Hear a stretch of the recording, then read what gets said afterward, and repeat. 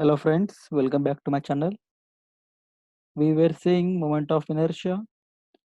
In my last video, we have solved moment of inertia of a symmetrical and unsymmetrical I section. Now we are going to solve moment of inertia of T section. If you haven't subscribed yet, please subscribe my channel. So let's begin. Moment of inertia of T section. To find moment of inertia of T section, we need to find center of gravity of T section by using standard formulas. In the case of T section, the vertical axis YY is passing through both rectangles center of gravity, that is G1 and G2. Hence, x bar will be the half of flange width. So, we only need to find y bar using standard formula. You know, y bar formula is a1 y1 plus a2 y2 divided by a. So, a is the summation of a1 and a2. Okay. So, there are only two steps to find moment of inertia of a T section.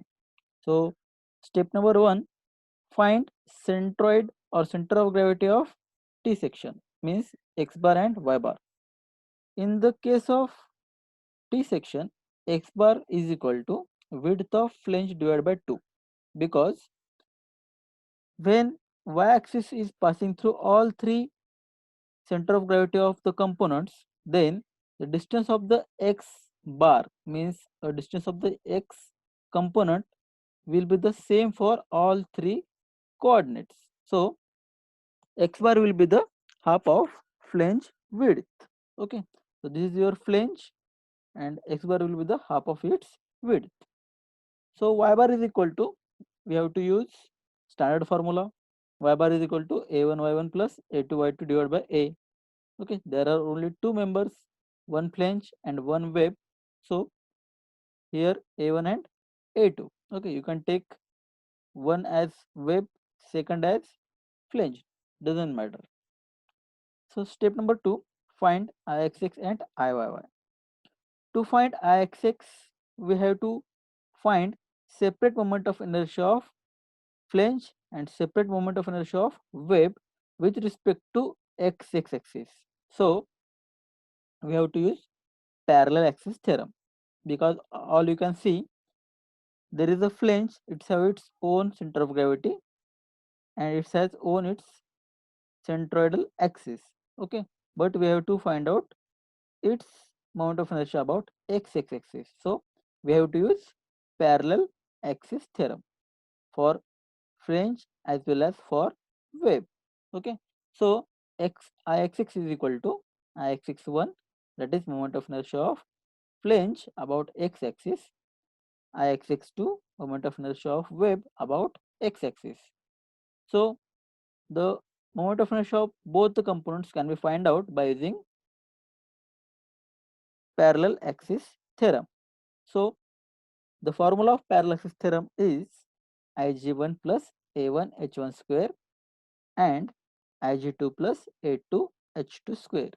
Here Ig1 is the moment of inertia of flange about its own centroidal axis and Ig2 is the moment of inertia of wave about its own centroidal axis. Okay, that means we have to use standard formulas of Ig. Okay, then A1 is the area of flange, A2 is the area of web, H1. H1 is the distance between the centroidal axis of flange and the axis parallel to centroidal axis, that is x axis. The distance H1 you can see here, and H2 is the distance between centroidal axis of wave and the axis xx. Okay, so this is, you can see H2.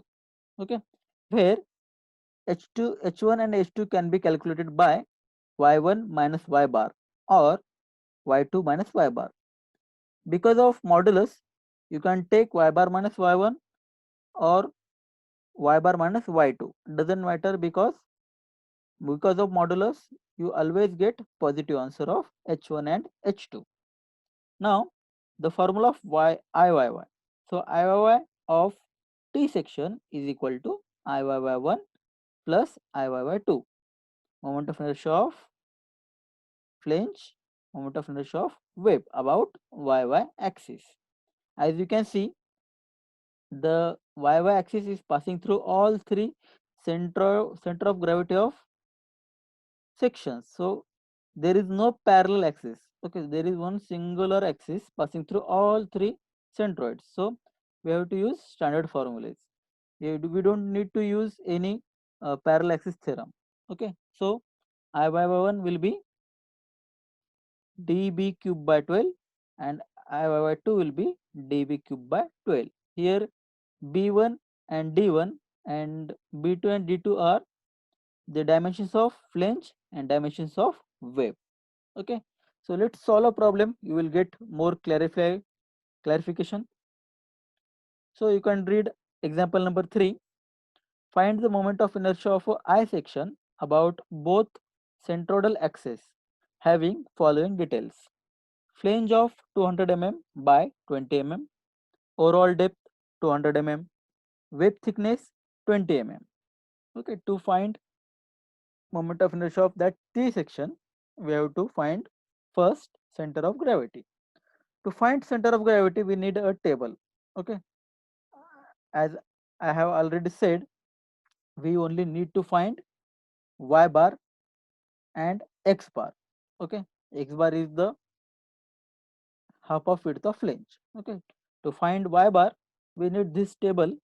The table contains a1, a2, y1 and y2. So a1 is the area of flange, a2 is the area of wave. First of all, you have to draw a diagram of given dimensions.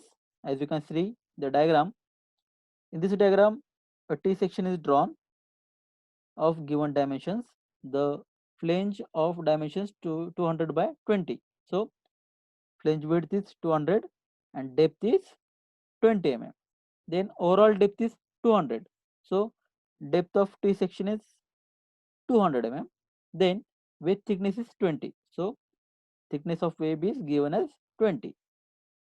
Now we have to number these two components. So I have numbered flange as number 1 and web as number 2. The center of gravity of flange G1, the center of gravity of web G2 here, and the centroid or center of gravity of T section is here, capital G. Okay, so x axis passing through G and y axis passing through G. Okay, so let's find out A1. A1 is the area of flange. Okay, we know the how to find area of a rectangle, 200 by 20 mm. Okay, so you will get 4000 mm square. A2, area of wave. Okay, so A2 is 20 mm by this distance. Okay, length of wave, that will be 180 mm because overall depth of T section is 200, but we have to minus the depth of flange, that is 20 mm. So we will get depth of wave, that is 180 mm. So you will get area of wave 180 into 20 mm, that is 3600 mm square. Now we have to find it y1 and y2. Y1 is the distance of G1 from the base. Okay, from the base, the distance of G1 will be okay. So calculate it. It is 180 and plus it is half of 20 means 10. So that will be 180 plus 10 is equal to 190 mm. Now we have to find out y2. Y2 is the distance of G2 from the base. Okay, so that G2 will be the half of 180 mm. Okay, half of 180 mm. So that will be 180 divided by 2 is 90. Okay, so y2 will be the 90 mm. So we have completed the table. So let's find out the center of gravity of given T section. X bar, we know that the formula of X bar will be the width of flange. Okay, we know the width of flange is 200 mm. Okay, so here it is 200 mm. So 200 by 2, we will get 100 mm. So next, y bar. The formula of y bar, a1y1 plus a2y2 plus, a1y1 plus a2y2 divided by total area. So put the values from the table. A1 is 4000, y1 is 190, a2 is 3600, y2 is 90. So divide by summation of the areas a1 and a2, 4000 plus 3600. You will get the answer of y bar is 142.63 mm. So we have find out x bar and y bar. So our first step number 1 is over. Let's go to the step number 2. Find Ixx and Iyy. For finding out the moment of inertia of T section with respect to x-axis and y-axis, so we have already seen that Ixx is equal to Ixx1 plus Ixx2. That means moment of inertia of flange and moment of inertia of wave with respect to x-axis. Okay, with respect to x-axis. So we have to use parallel axis theorem, Ig1 plus a1h1 square, Ig2 plus a2h2 square. Okay, so we have to find out what is h1 and h2 first. Okay, so h1 is nothing but y1 minus y bar. So y1 is 190, y bar is 142.63. You will get h1 value 47.37 mm. h2 y2 minus y bar, or you can take y bar minus y2, doesn't matter, because of modulus you will get always positive answer. So h2 will be the 52.63 mm. So let's find out the Ig1. Ig1 is the moment of inertia of flange with respect to its own centroidal axis passing through G1. Okay, so that will be the BD cube by 12, A1 H1 square. Ig2, moment of inertia of wave passing through its own centroidal axis. So BD cube by 12, A2 H2 square. So put the values of B and D. This is of flange and this is of wave. Okay. So dimensions of B and D here will be the of flange. The dimensions of B and D here will be the of wave. Okay. So B is the 200 mm and D is the 20 mm. Okay. So 200 into 20 cube divided by 12. A1. A1 is the area of flange, that is 4000. H1 we have find out that 47.37 square plus BD cube by 12. So this values will be of wave. The B of wave is 20 mm. This is width of wave 20 mm. Depth of wave is 180. So depth of wave is 180 mm. Here it is. Okay, 180 mm. So 180 cube divided by 12 plus A2. A2 is the area of wave. Okay, so 3600 plus into H2. H2 is here we have calculated that 52.63 square. So you will get answer of Ixx is equal to 28.8 into 10 raised to 6 mm raised to 4. So we have to find next Iyy. So Iyy is equal to Iyy1 plus Iyy2. Iyy1 is the moment of inertia of flange with respect to y-axis. Iyy2 moment of inertia of wave with respect to y-axis. So there is only one y-axis passing through all three centroids or center of gravities. So there is no parallel axis. So there is no parallel axis theorem. So let's go to the standard formulas. Iyy dB cube by 12 plus dB cube by 12. Okay. So d1 b1 are the dimensions of flange. d2 b2 are the dimensions of wave.